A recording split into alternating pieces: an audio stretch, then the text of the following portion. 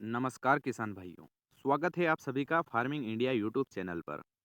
किसान भाइयों, आज के इस वीडियो में हम बात करने वाले हैं प्याज की फसल के बारे में।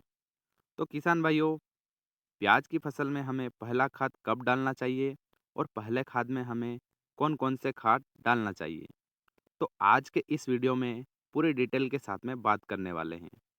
तो किसान भाइयों, वीडियो को पूरा देखें और आपने हमारे चैनल को अभी तक सब्सक्राइब नहीं किया है तो सब्सक्राइब जरूर करें।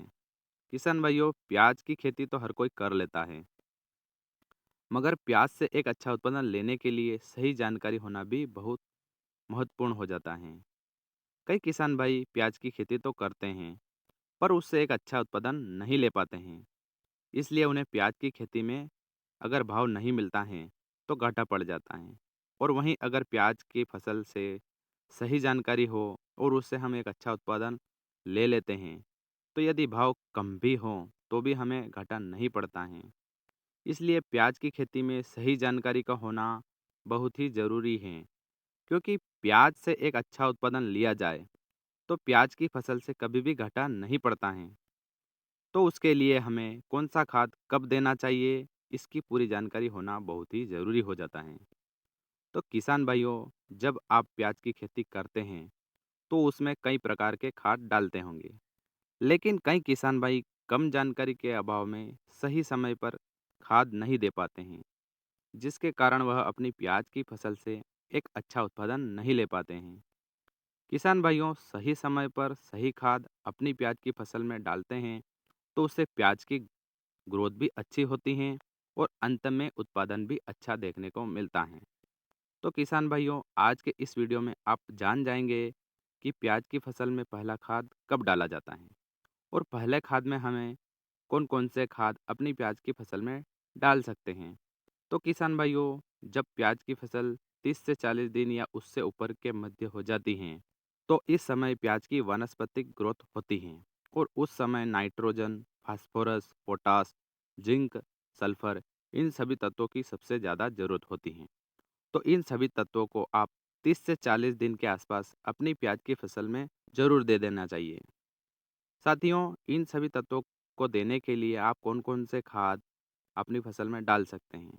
तो किसान भाइयों, सबसे पहले बात करेंगे नाइट्रोजन यानी कि यूरिया के बारे में, क्योंकि प्याज को सबसे पहले अपनी ग्रोथ बढ़ाने के लिए और पीलापन को दूर करने के लिए सबसे ज़्यादा यूरिया की आवश्यकता होती है।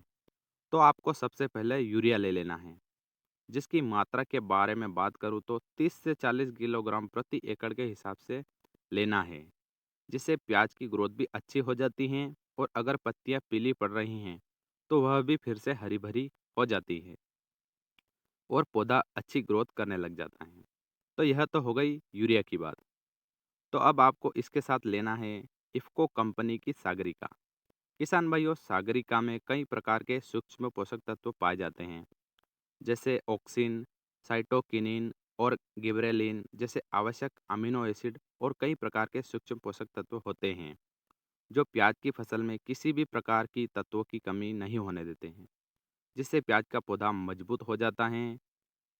तो आप यूरिया के साथ इफ़को कंपनी की सागरिका जो 10 किलोग्राम प्रति एकड़ के हिसाब से ले सकते हैं। और इसके साथ में आपको लेना है हुमिक एसिड, जिसकी मात्रा के बारे में बात करूँ तो 2 किलोग्राम प्रति एकड़ के हिसाब से आप हुमिक एसिड का प्रयोग भी करना चाहिए। साथियों, हुमिक एसिड खासकर जड़ों के विकास के लिए बनाया जाता है, जिसमें पौधे की जड़ें लंबी हो जाती हैं, जिससे जमीन में पड़े सूक्ष्म पोषक तत्वों को आसानी से वह जड़ें ग्रहण कर लेती हैं, जिससे पौधे में किसी भी प्रकार से अगर पीलापन आ रहा है तो इससे वह दूर हो जाता है। और किसान भाइयों, आप इसके साथ अगर माइकोराजा भी इस्तेमाल करना चाहते हैं तो बहुत अच्छी बात है, क्योंकि कंद वर्गीय फसलों के लिए माइकोराजा एक मित्र फंगस होता है, जिससे जड़ों को अतिरिक्त नमी और पोषण तत्व प्रदान करने की अनुमति देता है। यह पौधों द्वारा आवश्यक प्रमुख पोषक तत्वों में से एक फास्फोरस के अवशोषण में विशेष रूप से महत्वपूर्ण है। जब माइकोराइजा मौजूद होता है तो पौधे पानी के तनाव के प्रति सहनशील होते हैं और पौधा तनाव मुक्त बढ़ता रहता है।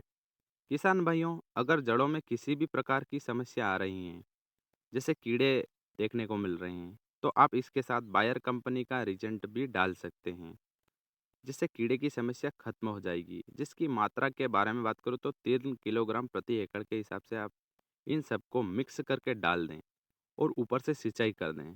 यह सब पानी के साथ घुल करके ज़मीन में चले जाएंगे, जिससे हुमिक एसिड जड़ों का फैलाव बढ़ा देगा, मिट्टी को भुरभुरी बना देगा और यूरिया पौधे को पीलापन खत्म कर देगा और ग्रोथ को भी बढ़ा देगा।